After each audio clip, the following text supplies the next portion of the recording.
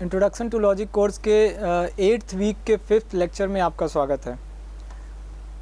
पिछले लेक्चर्स में इस वीक के हमने समझा कि जब ऑर्डिनरी लैंग्वेज में कोई कैटेगोरिकल सिलोजिज्म आता है तो उसको स्टैंडर्ड फॉर्म कैटेगोरिकल सिलोजिज्म बनाने के लिए क्या क्या करते हैं, क्या क्या उसके उपाय होते हैं, और जो हमारे पास रूल्स होते हैं कैटेगोरिकल सिलोजिज्म की वैलिडिटी चेक करने के लिए, उनकी मदद से हमने ये देखा था कि टोटल 15 वैलिड फॉर्म्स ही हमको मिलते हैं आउट ऑफ 256 पॉसिबल फॉर्म्स।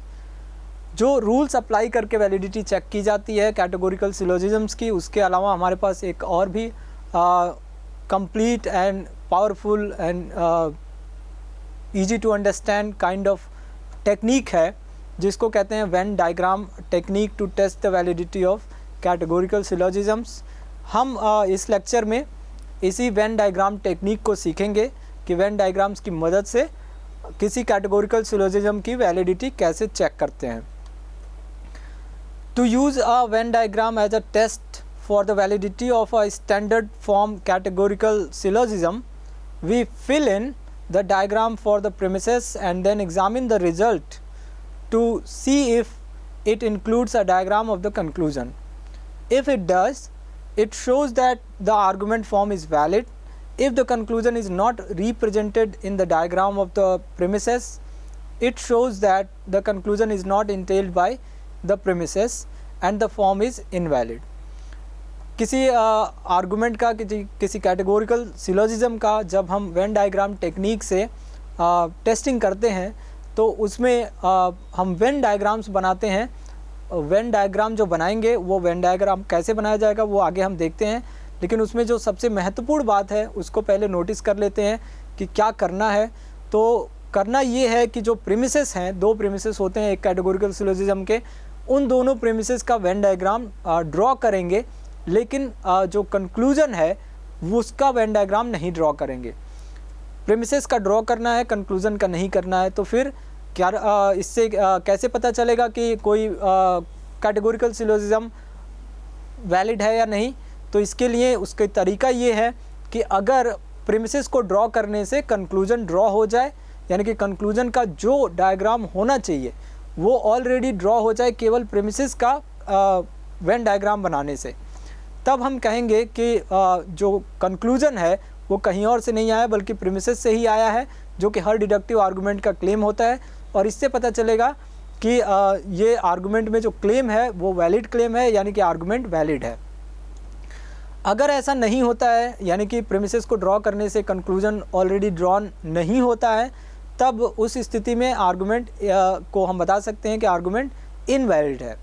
कुछ और भी संभावना हो सकती है कि एक इनडिटर्मिनेशन की स्थिति हो, एक अनसर्टेनिटी की स्थिति आ जाए कि हम निश्चित रूप से नहीं कह पा रहे हों कि कंक्लूजन ऑलरेडी ड्रॉ हुआ है प्रीमिसेस को ड्रॉ करने से या नहीं हुआ है। तो ये जो अनसर्टेनिटी की स्थिति है, उस स्थिति में भी हम यही कहेंगे कि आर्गूमेंट इनवैलिड है। यानी कि अगर हमको कहना है कि आर्गूमेंट वैलिड है, उसके लिए ज़रूरी है कि जो प्रीमिसेस को ड्रॉ करने से कंक्लूजन पूरी सर्टेनिटी के साथ ड्रॉ हो जाए। In order to test a categorical syllogism using Venn diagrams, one must first represent both of its premises in one diagram. That requires drawing 3 overlapping circles for the 2 premises of a categorical standard form syllogism contain 3 different terms: minor term, major term and middle term, which we abbreviate as S, P, M respectively. तो इसके लिए 3 circles लेने होते हैं, क्योंकि हमारे पास 3 terms हैं। हम जानते हैं कि जब हम किसी कैटेगोरिकल प्रोपोजिशन को ड्रॉ कर रहे थे वेन डायग्राम से, तो वहाँ पे 2 ही टर्म थे और 2 ओवरलैपिंग सर्कल्स हम ये इसलिए ले रहे थे क्योंकि हमको उन 2 टर्म्स के बीच का आपसी रिलेशन दिखाना था।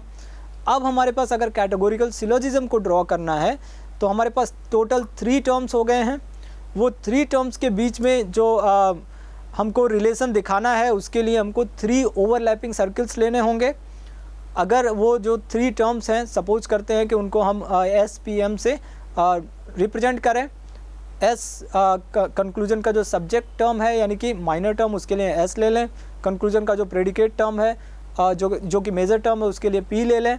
और जो मिडिल टर्म है उसके लिए अगर m ले लें तो इस तरह से हमको 3 ओवरलैपिंग सर्किल्स कुछ इस तरह हम बना सकते हैं जैसा कि आपके सामने है। ऐसी अगर 3 ओवरलैपिंग सर्किल्स हम बनाएंगे तो जो हमारा पूरा शीट होगा या प्लेन होगा वो 8 सेक्शंस में डिवाइड हो जाएगा, जो कि इस ऐसा बोल सकते हैं कि वो 8 क्लासेस को रिप्रेजेंट करेगा, जिसमें कि आप ये जो ऐसी सेक्शन जो तीनों ही सर्किल्स में आ रहा है, ये तीनों सर्किल्स तीनों क्लासेस का प्रोडक्ट क्लास होगा, ये एक क्लास को बताएगा।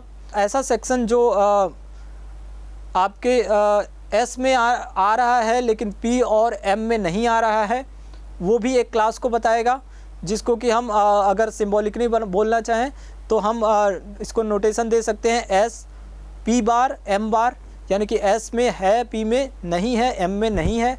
इस तरह का नोटेशन देके हम समझ सकते हैं।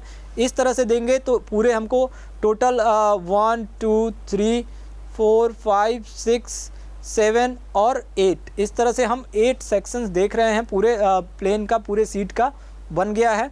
तो 8 क्लासेस के बारे में इस डिस्कशन जो भी क्लेम है ये 8 क्लासेस का क्लेम करने के लिए सक्षम है।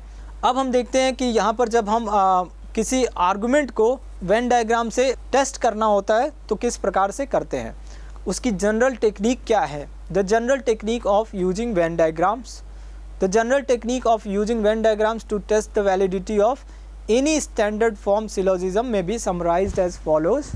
Label the circles of a 3-circle Venn diagram with the categorical syllogisms 3 terms. Diagram both the premises.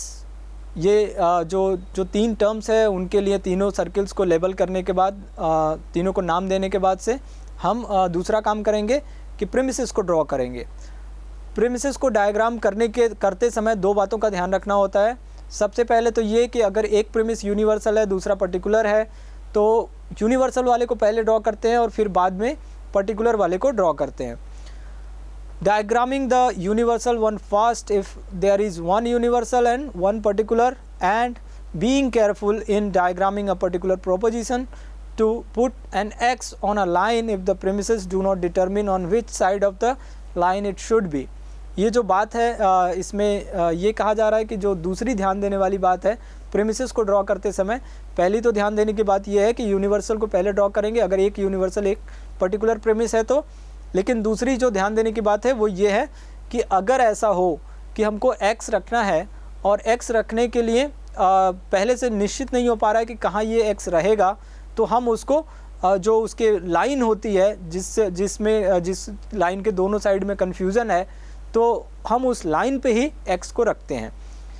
इस तरह से तीसरा जो लास्ट स्टेप होता है उसमें इस टेक्निक का लास्ट स्टेप है कि inspect the diagram to see whether the diagram of the premises contains a diagram of the conclusion. If it does the syllogism is valid, if it does not the syllogism is invalid. तो अगर premises को draw करने पे आपको ये दिखे कि conclusion का जो इमेज जो डायग्राम बनेगा वो ऑलरेडी बन चुका है, अगर ये आप देख पाते हैं कि ऐसा निश्चित रूप से बन चुका है यानी कि प्रीमिसेस को ड्रॉ करने से कंक्लूजन ऑलरेडी ड्रॉ हो गया है, तब आप कहेंगे कि आर्गुमेंट वैलिड है। और अगर ऐसा नहीं हुआ है, निश्चित रूप से नहीं हुआ है, या इसमें कोई डाउट है कि हुआ है या कोई अनसर्टेनिटी है कि अभी हुआ है कि नहीं हुआ है, इस तरह की कोई अनसर्टेनिटी, दोनों स्थिति में कहते हैं कि आर्गुमेंट इनवैलिड है। चलिए जो उसका थियोरेटिकल बातें थी उन थियोरेटिकल बातों को बहुत बार थियोरेटिकल जो एक्सप्लेनेशन होता है वो तब तक क्लियर नहीं होता है जब तक हम उसको प्रैक्टिस में ला करके नहीं उतारते हैं। तो हम लोग इस वेन डायग्राम टेक्निक की कुछ प्रैक्टिस करते हैं।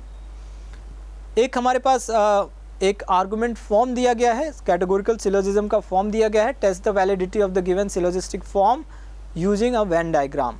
इस आर्गुमेंट फॉर्म का आपको वेन डायग्राम टेक्निक से अगर वैलिडिटी चेक करना हो तो कैसे करेंगे, हम अब आगे वो करने जा रहे हैं। तो इसमें हम देखेंगे कि क्या इसके जो प्रीमिसेस हैं वो यूनिवर्सल पर्टिकुलर हैं।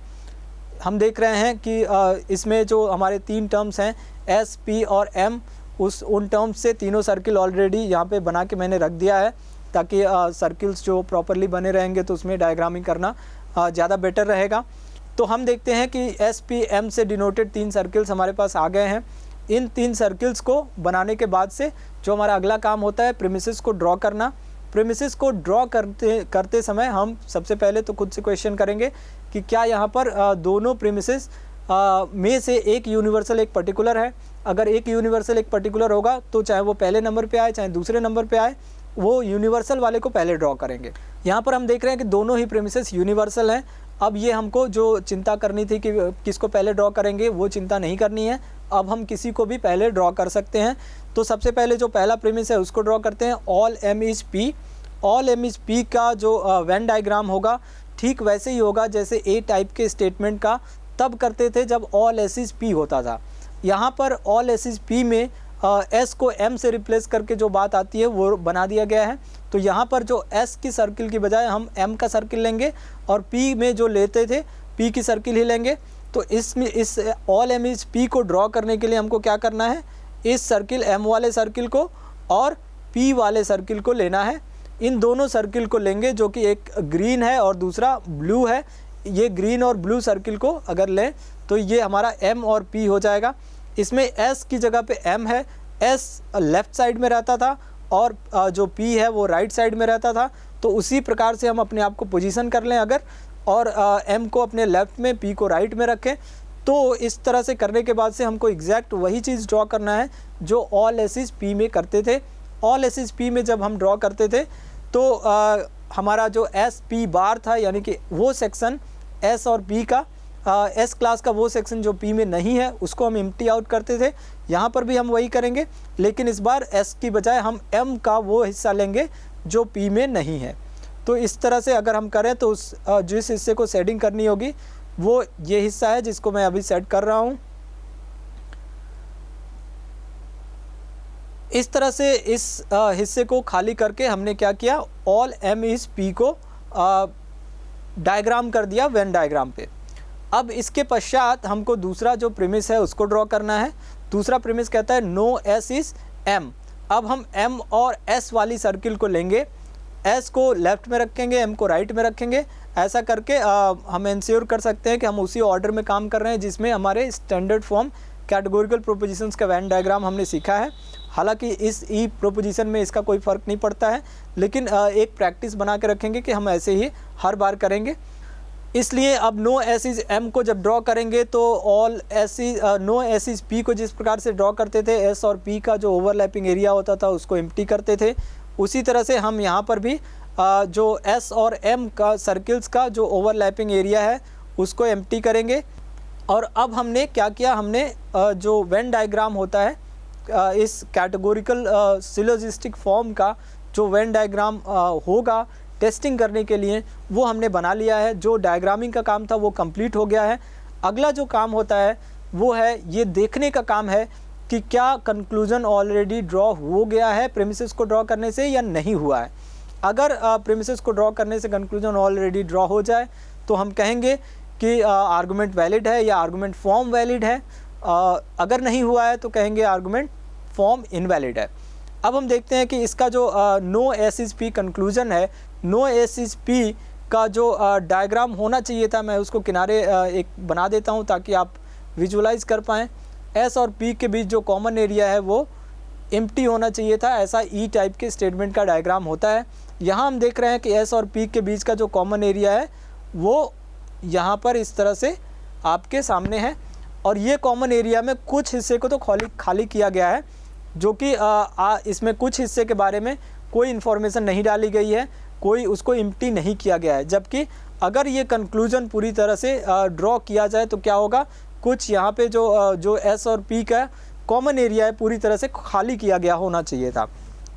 यहाँ पर हम देख रहे हैं ये बात नहीं होने की वजह से, यानी कि कंक्लूजन पूरी तरह से जो कंक्लूजन ड्रॉ नहीं हो रहा है प्रीमिसेस को ड्रॉ करने से, इसलिए हम कहेंगे कि यहाँ पर इस वेन डायग्राम टेक्निक से हमको पता चला कि ये आर्गुमेंट फॉर्म इनवैलिड है। इसी तरह से हम दूसरा एग्जाम्पल लेते हैं और वहाँ टेस्ट करके देखते हैं। एक एग्जाम्पल कुछ इस तरह हो सकता है, लैंग्वेज में आ सकता है। लैंग्वेज में आएगा तो जब लैंग्वेज में आर्गुमेंट दिया है तो उसको वेन डायग्राम टेक्निक से सॉल्व करने का तरीका ये है कि एक तो आप ये कम कर सकते हैं कि जो उसमें टर्म्स हैं उनको एस और पी और एम के इक्विवेलेंट बता सकते हैं। जैसे कि आप यहाँ कह सकते हैं कि यहाँ पे जो कंक्लूजन का सब्जेक्ट है पॉपर्स वो एस है, जो प्रेडिकेट है वो पी है, और जो थर्ड टर्म बच जाता है वो यहाँ पर आर्टिस्ट्स है और उसको हम एम से बताएंगे। और ऐसा करने के बाद से जो हम देखेंगे कि जो प्रेडिकेट है कंक्लूज़न का वो किस प्रीमिस में आया है उसको सबसे पहले रखेंगे, और इस तरह से अगर रखें तो ऑल एम इज़ पी, ये हमारा मेजर प्रीमिस मिलता है। उसी तरह से सम एम इज़ एस, ये हमारा माइनर प्रीमिस मिलता है। देयरफॉर हमको कंक्लूज़न मिल जाएगा सम एस इज़ पी। ये हमने स्ट्रक्चर इसका निकाल लिया। इसके लिए क्या किया हमने, जो कंक्लूज़न का सब्जेक्ट था उसके कंक्लूज़न के सब्जेक्ट को रिप्लेस किया एस से, कंक्लूज़न के प्रेडिकेट को रिप्लेस किया पी से, और मिडिल टर्म को एम से। तो अब हमारे पास वो स्ट्रक्चर आ गया जिस पे हमने जिसको हमने वेन डायग्राम से सॉल्व किया था। हालांकि वही स्ट्रक्चर नहीं है, डिफरेंट स्ट्रक्चर है, लेकिन चूंकि इस तरह के जो स्ट्रक्चर दिया हो तो कैसे सॉल्व करते हैं वो हमने देख लिया है। तो या तो पहला काम ये कर सकते हैं कि हम ये स्कीमा बाहर कर लें, फॉर्म को एक्सट्रैक्ट कर लें। ये करने के पश्चात हम अगेन जो सर्किल्स हैं उनको एस पी एम जो उनके लेबलिंग है लेबल कर देंगे। उनको लेबल करने के बाद से अब हम देखेंगे कि अगेन फिर से वही सवाल करेंगे कि क्या ये दोनों जो प्रीमिसेस हैं वो यूनिवर्सल हैं या एक पर्टिकुलर एक यूनिवर्सल है। यहाँ पर हम देख रहे हैं कि एक यूनिवर्सल है और एक पर्टिकुलर है, इसलिए हमको करना क्या होगा कि यूनिवर्सल वाले को पहले ड्रॉ करना है, पर्टिकुलर वाले को पहले नहीं ड्रॉ करना है। यूनिवर्सल वाले को अगर पहले ड्रॉ करें यूनिवर्सल प्रीमिस को, तो यहाँ पर all M is P, all M is P इस कैटेगोरिकल प्रोपोजिशन का वेन डायग्राम वैसे ही बनेगा जैसे ऑल एस इज़ पी का बनता है। अंतर बस यही होगा कि एस की जगह एम वाले सर्किल को हम लेंगे। तो यहाँ पे एम सर्किल और पी सर्किल को ले करके ए टाइप के स्टेटमेंट की डायग्रामिंग करेंगे। तो कुछ इस तरह होगा।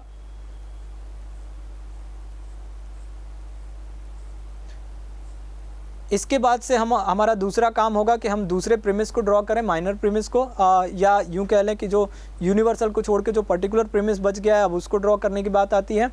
सम एम इज़ एस, ये जो सम एम इज़ एस को जब भी ड्रॉ करना होगा तो हमको एम वाली सर्किल और एस वाली सर्किल लेनी होगी। और उसमें बोला जा रहा है कि एम एस सर्किल में जो कॉमन एरिया है उसमें कम से कम एक मेंबर एक्स है। अब ये जो एक्स है वो कहाँ दिखाना है हमको, एस और एम के बीच का जो ओवरलैपिंग एरिया है उसमें दिखाना है। उसके देख रहे हैं कि हम दो हिस्से बने हुए हैं। ये दो हिस्से में से एक हिस्से को जो हमने यूनिवर्सल को ड्रॉ किया उसकी वजह से एक हिस्सा ये निश्चित हो गया है कि वो खाली है। अब उसके खाली होने के पश्चात अब एक्स के रहने की संभावना जो बचती है वो इस जो एस पी एम सेक्शन है उसमें रह जाती है। तो हम इस एक्स को यहाँ पर रखेंगे।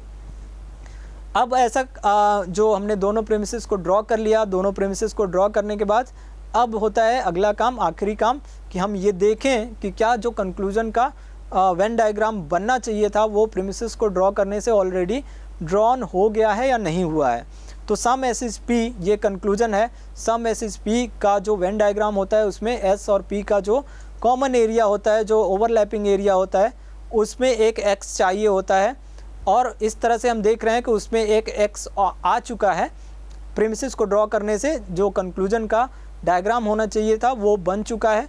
और इसकी वजह से हम ये कहेंगे कि कंक्लूजन यहाँ पे जो निकाला गया है वो प्रीमिसेस से ही निकला है।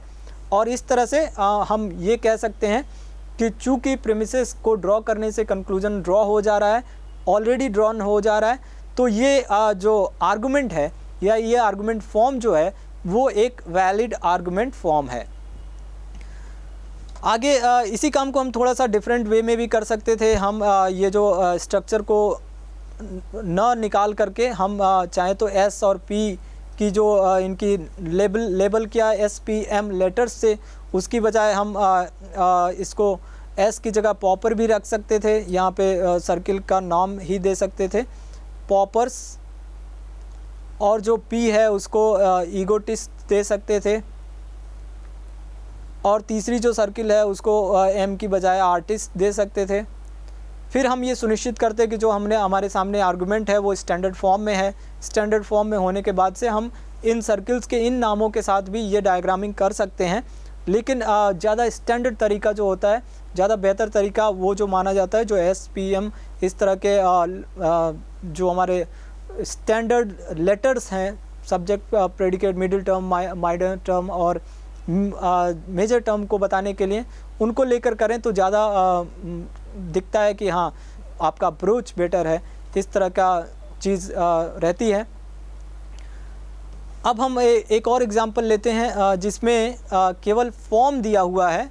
फॉर्म वो जो अभी फॉर्म था, जो ऐसा फॉर्म दिया हुआ है जो केवल मूड और फिगर की मदद से बताया जा रहा है, यानी कि जो विजिबली फॉर्म होता है, जैसे कि हम लेटर्स को रिप्लेस करके जो फॉर्म एक्सट्रैक्ट करते हैं वो एक तरह से विजिबल फॉर्म है, लेकिन जब हम मूड और फिगर से बताते हैं तो वो एक तरह से कोडिफाइड फॉर्म हो गया।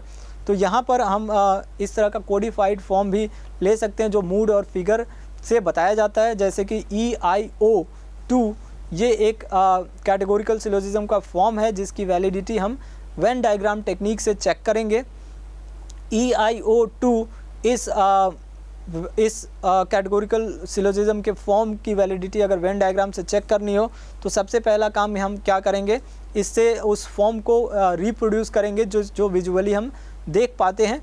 तो उसको रिप्रोड्यूस करने के लिए सबसे पहले उन लेटर्स के जो मूड वाले लेटर्स हैं उनको लेफ़्ट टू राइट की बजाय अप टू डाउन लिख लेंगे, और फिर उस जो फिगर दिया हुआ है, यहाँ पर जो सेकंड फिगर दिया हुआ है उसका जो शेप होता है, जिस वे में वो सेकंड फिगर बनता है हम जानते हैं। फर्स्ट फिगर इन्वर्टेड Z होता है, सेकंड फिगर इन्वर्टेड C होता है, थर्ड फिगर C और फोर्थ फिगर Z का शेप जो स्ट्रक्चर लिए हुए होता है। यहाँ पर हम इस फिगर में M की पोजीशन को जान गए। अब हम ये जानते हैं कि पहला जो E है उसमें मेजर टर्म होगा यानी कि P होगा, दूसरे में S होगा, और जो कंक्लूजन है उसमें SP होगा। अब हम इनको बना सकते हैं, कंक्लूजन को O टाइप में कंस्ट्रक्ट कर सकते हैं SP के साथ। तो सम S इज़ नॉट P ये स्ट्रक्चर आएगा। अगर हम जो माइनर प्रीमिस है वो I टाइप का है और उसमें जो टर्म्स हैं वो SM है, तो ये हो जाएगा सम S इज़ M। और इसी तरह से जो हमारा मेजर प्रीमिस है वो E टाइप का है और उसमें टर्म्स हैं PM, तो नो P इज़ M हमको उसका स्ट्रक्चर मिल जाएगा। इस तरह से हमने उसके विजिबल फॉर्म को रिप्रोड्यूस कर लिया, उसके स्कीमा को सामने रख लिया, ताकि हम आराम से इस जो कैटेगोरिकल सिलोजिज्म का वेन डायग्राम टेक्निक से टेस्टिंग कर रहे हैं उसको कर पाएँ।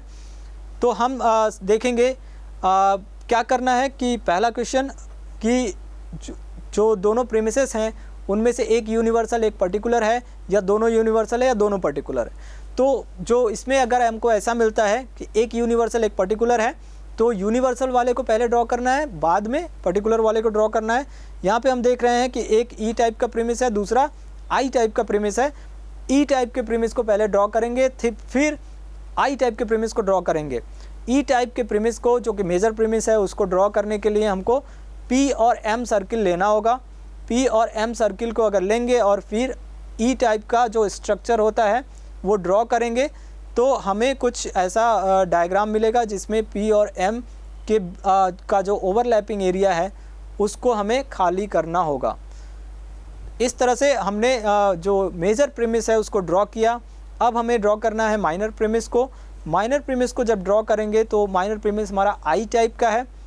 I टाइप का प्रीमिस जब ड्रॉ करते हैं तो उसमें जिन टर्म्स के साथ I टाइप का प्रीमिस बना है उनके ओवरलैपिंग एरिया में एक X रहना चाहिए।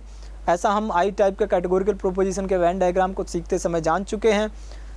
सम S इज़ M को ड्रॉ करना है। सम S इज़ M को ड्रॉ करने के लिए हमें S और M का जो ओवरलैपिंग एरिया है उसमें एक X रखना है, यानी कि हमको इस एरिया में एक X रखना है, जिसमें कि देख रहे हैं कि आधा हिस्सा ऑलरेडी खाली कर दिया गया है हमने जब मेजर प्रीमिस को ड्रॉ किया है उसी से। तो ये जो आधा हिस्सा खाली हो चुका है उसमें अब X के रहने की संभावना नहीं बचती है, तो X अब रहेगा तो कहाँ रहेगा, इस दूसरे हिस्से में, जिसके बारे में अभी तक ये नहीं कहा गया है कि वो खाली है। तो अब ये X हमने उस एरिया में उस सेक्शन में रख दिया। अब हम चेक करेंगे कि जो हमारा कंक्लूजन है वो ऑलरेडी ड्रॉन हुआ है या नहीं हुआ है। तो हमारा कंक्लूजन है some S is not P। ये कंक्लूजन का जो वेन डायग्राम होगा उसमें उस एरिया में जो S का एरिया है लेकिन P का नहीं है उसमें एक X होना चाहिए था। ये जो एक X की ज़रूरत है वो किस एरिया में है, यहाँ पर जो एस में है और पी में नहीं है, यानी कि इस एरिया में एक एक्स की रिक्वायरमेंट है, जो कि हम देख रहे हैं कि ये फुलफिल हो चुका है। यानी कि जो कंक्लूजन का वेन डायग्राम होना चाहिए उसके अकॉर्डिंग क्या रिक्वायरमेंट थी कि इस एरिया में एक एक्स हो, और इस तरह हम देख रहे हैं कि ऑलरेडी उस एरिया में एक एक्स आ चुका है और पूरी निश्चितता के साथ आ चुका है। तो अब हम कह सकते हैं कि ये आर्गुमेंट जिसका फॉर्म हमें दिया हुआ है EIO2, ये EIO2 जो फॉर्म है वो एक वैलिड सिलोजिस्टिक फॉर्म है। इसी तरह से अगला एग्जांपल लेते हैं OAO3। OAO3 की वैलिडिटी चेक करने के लिए अगेन हम सबसे पहले इसका जो स्ट्रक्चर है उसको स्कीमा को रिप्रोड्यूस करेंगे। जो 3 फिगर होता है वो कुछ इस तरह होता है, जिसमें M दोनों ही प्रीमिसेस के सब्जेक्ट की जगह होता है। अब हमारे पास इसका स्कीमा अगर बनेगा तो conclusion some S is not P होगा, क्योंकि O टाइप का है और उसमें टर्म्स होते हैं S इज़ उसमें S एंड P टर्म्स होते हैं। जो हमारा माइनर प्रीमिस है वो A टाइप का है और उसमें जो टर्म्स हैं M और S हैं, M सब्जेक्ट की जगह है तो ऑल M इज़ S ये बन के आएगा। और जो हमारा मेजर प्रीमिस है वो O टाइप का है और जो उसका मिडिल टर्म है वो सब्जेक्ट की जगह है, ये हमें पता है। तो इस तरह से हम इसको बना सकते हैं सम M इज़ नॉट P। अब हमने स्कीमा को सामने रख लिया। अब हमको पूछना है वेन डायग्रामिंग में प्रीमिसेस को ड्रॉ करते समय ये खुद से पूछना है कि क्या इसके जो प्रीमिसेस हैं एक यूनिवर्सल एक पर्टिकुलर है या दोनों यूनिवर्सल दोनों पर्टिकुलर हैं। तो एक यूनिवर्सल एक पर्टिकुलर यहाँ पे देखने को मिल रहा है। एक प्रीमिस है O टाइप का, दूसरा A टाइप का है, यानी कि एक यूनिवर्सल है दूसरा पर्टिकुलर है। देख रहे हैं कि जो यूनिवर्सल प्रीमिस है वो दूसरे नंबर पे आया हुआ है।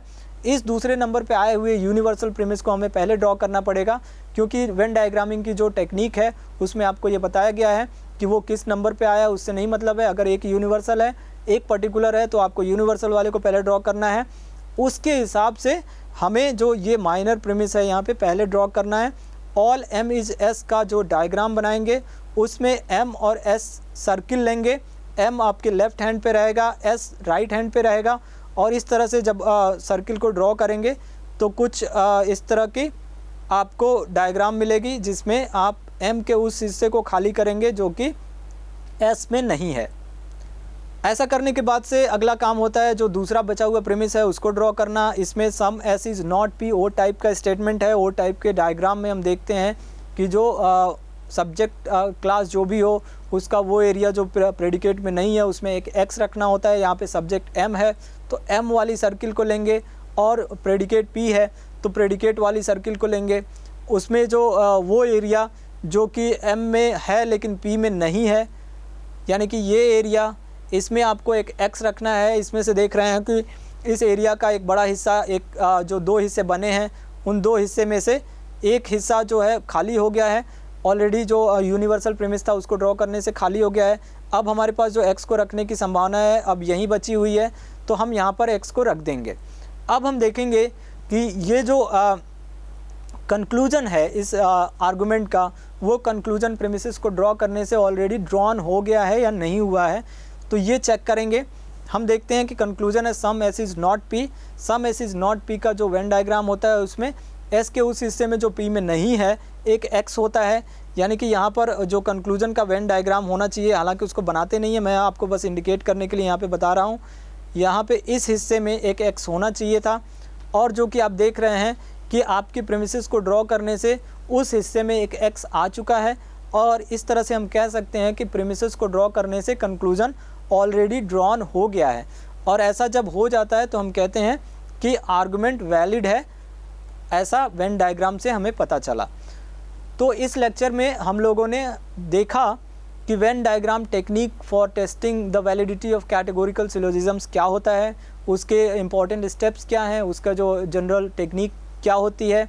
उसमें हमने जाना कि उसके लिए सबसे पहले वो जो सर्किल्स हैं 3 ओवरलैपिंग सर्किल्स लेते हैं, उनकी नेमिंग करते हैं, यानी कि कौन सर्किल किसको रिप्रेजेंट कर रहा है। और उनकी नेमिंग करने के बाद से हम ये देखते हैं हमको अगला जो स्टेप लेना होता है वो प्रीमिसेस को ड्रॉ करने का स्टेप लेना है। इसमें जो सबसे ध्यान देने वाली बात है कि कंक्लूजन को नहीं ड्रॉ करना है। प्रीमिसेस को दोनों को प्रीमिसेस को ड्रॉ जब कर देते हैं तो फिर अगला काम बस ये देखना होता है कि कंक्लूजन प्रीमिसेस को ही केवल ड्रॉ करने से कंक्लूजन ऑलरेडी ड्रॉ हो गया है या नहीं हुआ है। अगर प्रीमिसेस को ही ड्रॉ करने से कंक्लूजन पूरी तरह ड्रॉ हो गया है, पूरी सर्टेनिटी के साथ ड्रॉ हुआ है, तब हम कहते हैं कि आर्गुमेंट वैलिड है। और ऐसा अगर नहीं हुआ है या ऐसा होने की कोई अनिश्चितता दिख रही है, कोई भी किसी तरह की अनसर्टेनिटी दिख रही है, तो उन दोनों कंडीशंस में हम कहते हैं कि आर्गुमेंट इनवैलिड है। वो जो फॉर्म जिसका आप डायग्रामिंग किए हैं वो डायग्राम बता रहा है कि वो आर्गुमेंट फॉर्म इनवैलिड है। इस तरह से हमने इस वीक के आखिरी लेक्चर में वेन डायग्राम से कैटेगोरिकल सिलोजिज्म्स की वैलिडिटी चेक करना सीखा। इस वीक के लिए इतना ही, मिलते हैं अगले वीक में। Thank you.